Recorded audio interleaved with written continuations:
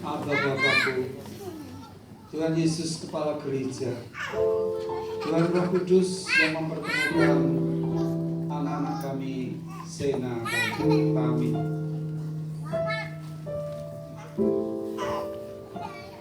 Mereka Kau pertemukan di rumah Tuhan. Lalu mereka melayani Tuhan dan bekerja, direstui oleh kedua orang tua, keluarga besar dari pihak Tuhan, dari pihak gereja. Pagi ini mereka memutuskan untuk diberkati oleh Abba Bapakku. Berfirmanlah Tuhan dalam kesempatan yang sangat baik ini. Urapi hamba-Mu ini menyampaikan isi hati-Mu pada anak-anak kami, Sena dan Tami, kedua orang tua dan semua kami yang hadir. Roh Kudus mengambil alih seluruh kompleks Elim ini Bapak, khususnya untuk lantai 2. Terima kasih Tuhan, kami mengikat segala roh lain, roh asing, tidak bisa berbuat apa-apa terhadap firman Tuhan. Justru firman Tuhan menerangi tempat-tempat yang gelap, menyadarkan kami. Terima kasih Bapak, dalam nama Yesus kami bersyukur dan kami sudah berdoa. Amin. Terima kasih. Kesempatan pagi ini tentu adalah kesempatan yang sangat dinanti-nantikan oleh anak-anak kita, yaitu Saudara Sena Endasa Ananda dan Saudari Wahyu Utami, didampingi, direstui oleh Bapak Sudaryanto, Ibu Eni Indrawati atau Bapak Ibu Sudaryanto, dan Bapak Rubianto, dan juga bersama Ibu Surasi, Bapak Ibu Rubianto. Ya, terima kasih untuk semua yang hadir pada pagi hari ini. Mari kita bersama-sama membuka Alkitab kita. Saya memberikan sebuah tema yang sangat sederhana, yaitu menjaga awetnya sebuah rumah tangga. Ya. Di sekitar rumah saya itu ada beberapa anak gadis menikah belum sampai usia 22 tahun atau 22 tahun sudah pada gugur. Ya, pada gugur. Ya. Ada anak-anak janda tetapi ada janda-janda tapi masih anak-anak. Ya, itu berbicara mengenai baru melangkah sudah gugur, tidak lagi awet. Ya, saya bulan depan nanti yang ke-36 pernikahan. Ya, Mbak Eni sudah berapa tahun? Ya, sama-sama punya pengalaman ya. Saya terinspirasi dengan ayat-ayat ini, bacaan kita pada pagi hari ini.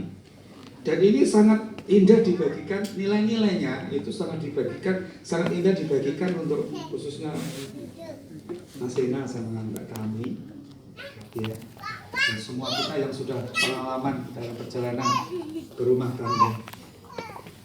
Ya, ceritanya justru tidak tentang pernikahan ini yang akan kita baca renungkan bersama-sama, tetapi ada nilai-nilai yang kita ambil ya. Karena kalau kita melihat motivator di televisi itu, terutama yang Kristiani, saya memperhatikan banyak yang mengambil nilai-nilai yang sangat tajam itu justru dari Alkitab.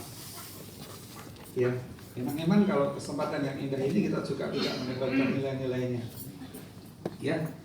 Lukas pasal 10 ayat 25, 12 ayat Mas Sena sudah sekolah kitab juga.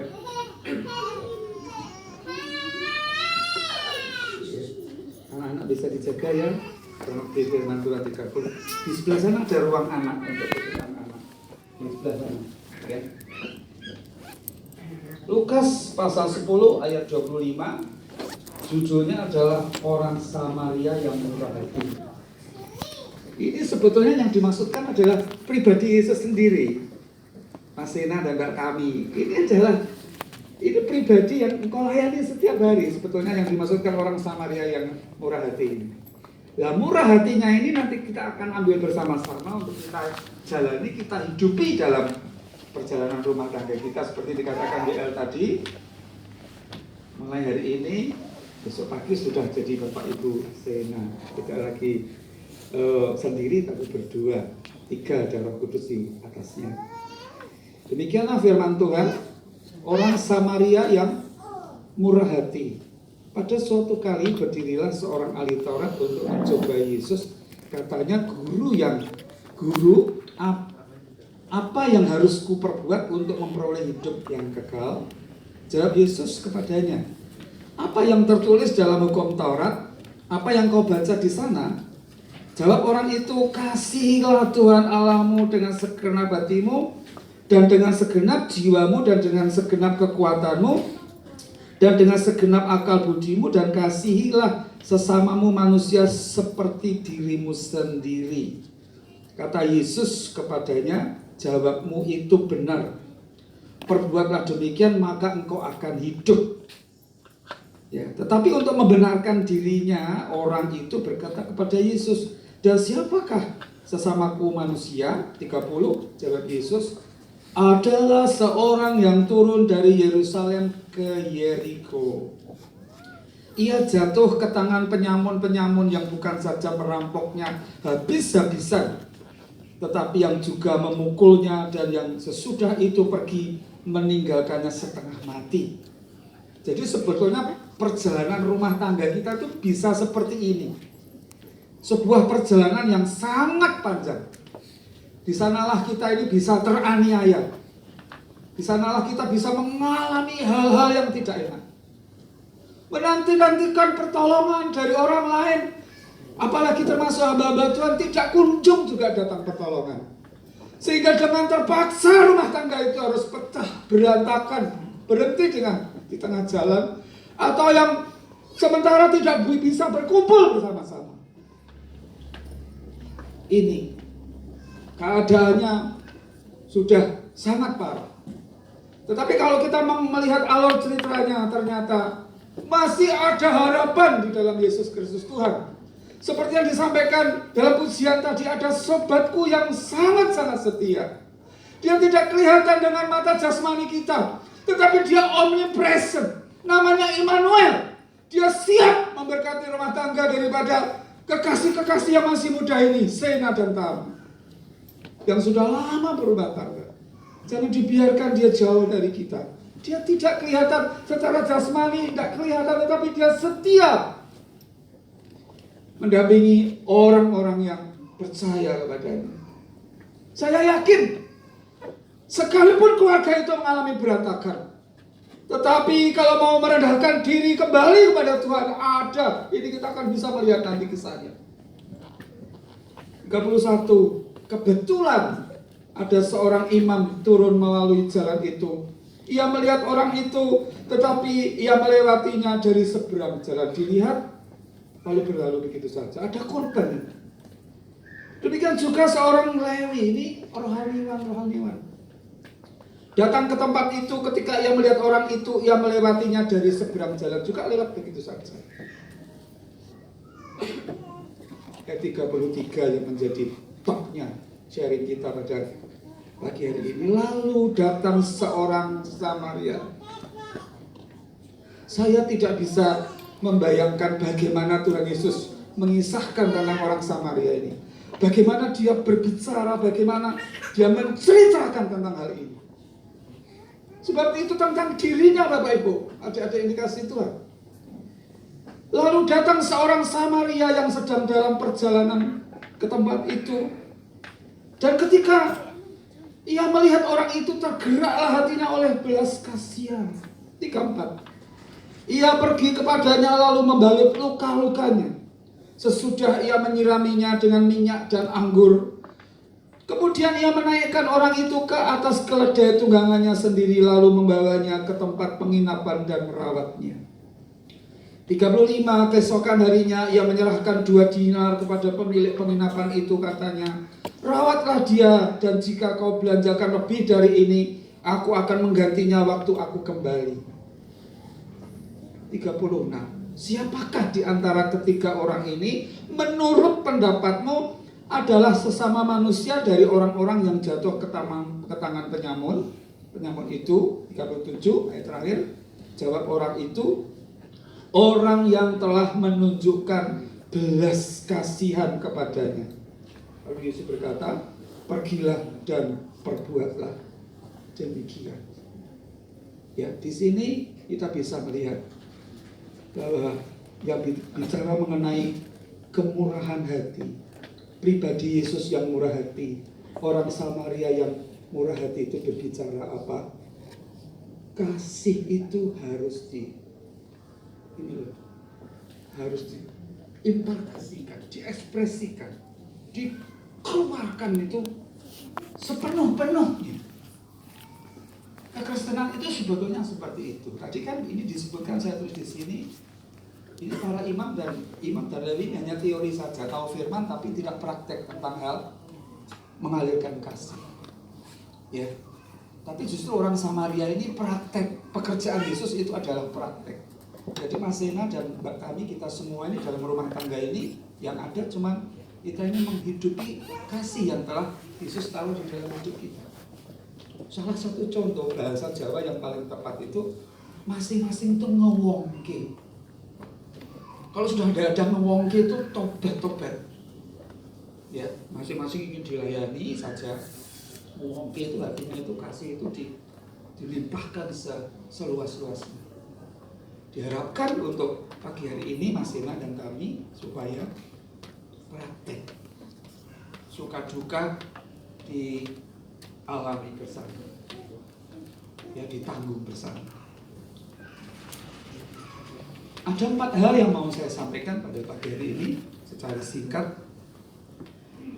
Tolong dibuka ayat 33 bagian OAP ayat 33 ya. Ya. Yang pertama Mas Sena dan Mbak Tami, yaitu tadi belas kasih terhadap pasangannya. Belas kasih terhadap pasangan. Ayatnya tadi disebutkan ini, lalu datang orang Samaria yang sedang dalam perjalanan ke tempat itu, dan ketika ia melihat orang itu, tergeraklah hatinya oleh belas kasihan. Nomor 1 adalah belas kasih terhadap pasangannya. Ini sampai masa sepuh itu. Ya. Perjalanan pernikahan 36 tahun itu, tahu-tahu ada kabar bahwa istri saya kena gula. Dan tubuhnya sering sakit. Kalau malam begitu kakinya perlu dipijeti. Nah, di situ saya biasanya menghadap sana, istri saya menghadap sana. Karena saya suka nangkis kipas angin, ada AC tapi jarang saya guna. Saya nangkis gitu supaya enggak terlalu banyak angin masuk. Semata kakinya sudah, kalau ada sepasang kaki sudah datang dekat saya, artinya sudah mendekat ke saya. Wah, ini harus dipijit. Nanti yang satunya ikut daftarkan dipijit. Ini perjalanan sekian tahun. Ya, nak turu kok satu-satu diganggu itu ini akan terjadi loh Mas Sena dalam perjalanan ini. Ya, dalam perjalanan itu sudah ada anak 1, 2, 3. Dulu saya sepeda motor 1, sudah motor Triton, anak yang besar di depan, yang dari tadi yang saya kesini itu tahu semua, yang di depan itu Yeri, tengah Immanuel, kan Yeri, saya, Immanuel, Budono, aku Nike, 5. Itu sebetulnya kalau ada polisi ya cekal saya ditangkap. Kalau sekarang guru, ya di situ dialirkan itu kasih itu, ya tidak memikirkan risiko loh ini tadi itu. Ini musuh sebetulnya. Tapi begitu melihat ada satu pribadi, saya tulis di sini ya, tidak memikirkan risiko, untung rugi atau bahaya yang terjadi. Kalau sekarang ada kecelakaan kan orang mesti kan langsung menghindar. Ini tidak memikirkan seperti itu. Kira-kira dalam rumah tangga itu tanggung jawab masing-masing itu, apalagi nanti terhadap anak-anak itu seperti itu. Ya tidak memikirkan risiko untung rugi. Ya, untungnya apa aku mati bocah semua palan terus ini, mungkin begitu ya. Dan enggak ada begitu, tapi belas kasihan ini dialirkan dan dialirkan dan dialirkan. Lalu ini jiwa atau pribadi yang harus ditolong atau dikatakan di sini dikasihi, kan ada ayatnya, dihormati, dilimpahi belas kasih, disayang-sayang. Bukan hanya nanti kalau nganten anyar atau bulan madu, bukan hanya itu, tapi selama-lamanya harus bulan madu. Mosok bisa tadi ada sobat yang sejati. Jadi yang pertama Mas Ena dalam ayat ini tadi potong-potong dipenggal-penggal ya, belas kasih terhadap pasangan ini terus dihidupi. Yang kedua yaitu pasangannya dilayani sebaik-baiknya.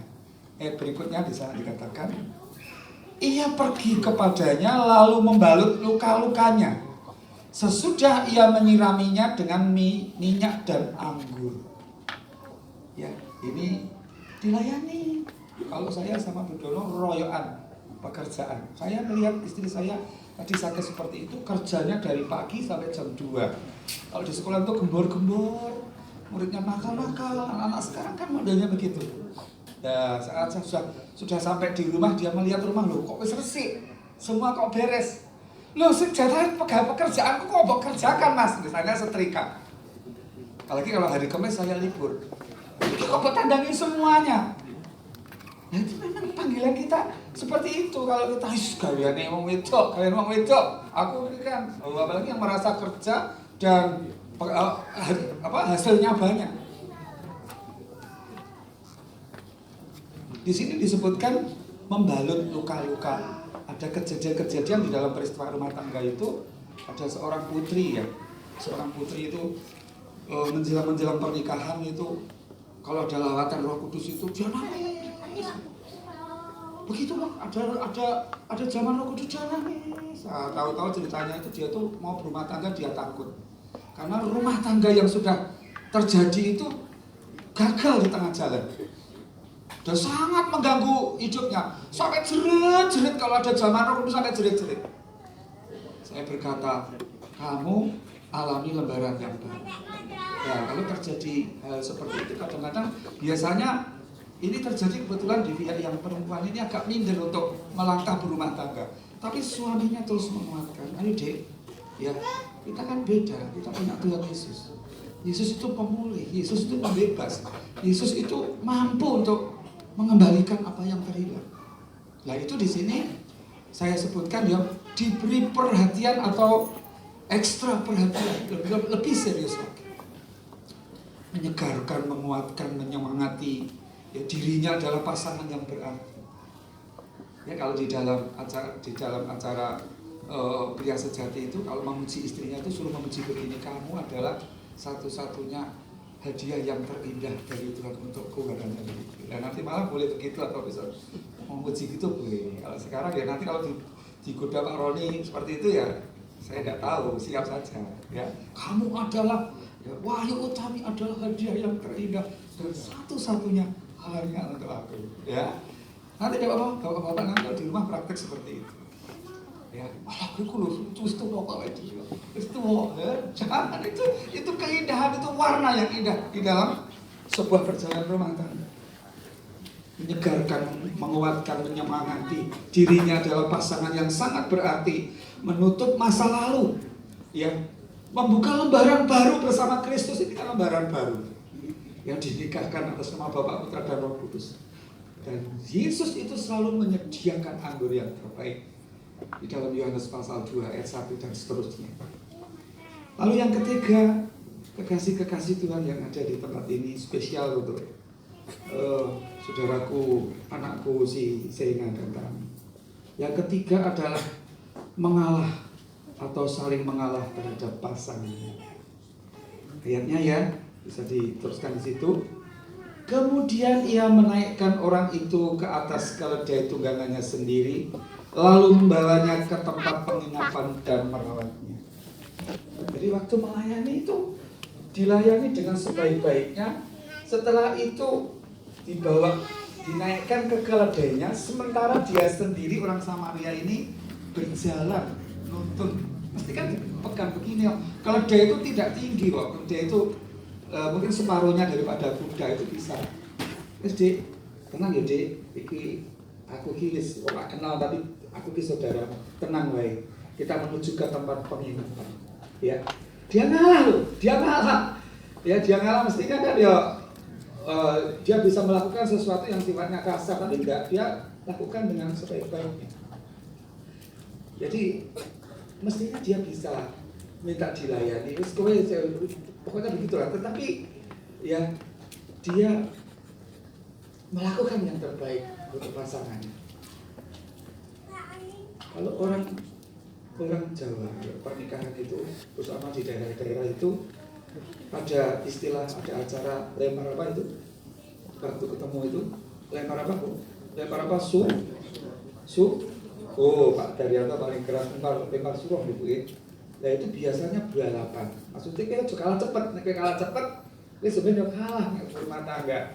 Itu kan cara-cara begitu. Makanya Yesus memberikan batasan istri-istri supaya istri tunduk pada suami, suami mengasihi dan menghormati, itu lebih daripada cukup. Wah, kan bojone kan enggak apa-apa. Ya kan? Cepat memaafkan, cepat melupakan. Maka Yesus itu memberi batasan itu sampai matahari terbenam. Kalau bisa 10 menit langsung diselesaikan. Saya pernah kumpul dengan satu keluarga. Itu kalau bertengkar itu memang tidak ada suaranya, tapi tahu-tahu itu ada surat di sebelahnya. Ya, jadi caranya ngomong itu lewat surat itu berminggu-minggu. Bagi saya sebuah kerugian. Halo Bapak Ibu yang sudah lama menikah, apakah pernah mengalami seperti itu? Matahari terbenam itu cukup lama, cepat memaafkan. Ya, sekali lagi ngalah kepada pasangannya itu kan luar biasa. Ya, dan pernikahan kalian ini, rumah tangga kita Bapak Ibu itu adalah sebuah anugerah yang diberikan Tuhan. Kita menerima apa adanya. Ya sudah, memang kamu memang untuk aku untuk kamu. Terus selalu dijaga, selalu dilindungi. Ya, cepat dimaafkan, cepat dilupakan, bangun kembali. Makanya tadi Pak WL tadi ngomong itu firman itu segala-galanya. Kalau kami saling mengingatkan itu ketika kami sedang misbah berdua, apalagi dengan anak-anak. Di situ kemudian Bu Dono tuh ngomong dengan tidak mengurangi rasa hormat ini aku kok melihat peristiwa-peristiwa seperti ini. Kita kok orang pas ya, kita orang sopan. Wah, mau bantah di depan firman-Mu berkata, ya tadi itu di hadapan firman, di depan hadirat Tuhan. Begitu dia ngomong dengan tidak mengurangi rasa hormat, mesti ini dia hukumnya. Atau kalau Dono khawatir terus di depan firman saya ngomong nih, kita hidup itu gini, hidup itu begini, hidup itu begini. Dan saya punya orang tua di Jepara itu anaknya 12. Bapak Ibu saya tuh belum pernah melihat bapak ibu saya itu bertengkar. Karena mereka kalau ada masalah itu langsung masuk kamar ditutup, diselesaikan sebentar, dan anak-anak tidak tahu. Dan itu bagi kami sebuah warisan yang sangat indah. Tidak usah ditunjuk-tunjukkan pada anak-anak kalau kita bertengkar. Itu teladan yang tidak baik.